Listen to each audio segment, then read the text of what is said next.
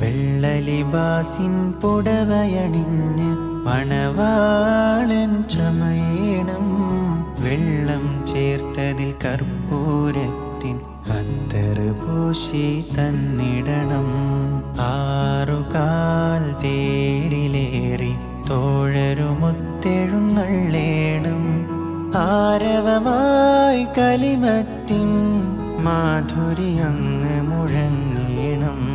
വെള്ളലിബാസിൻ പുടവയണിഞ്ഞ് മണവാളൻ ചമയണം.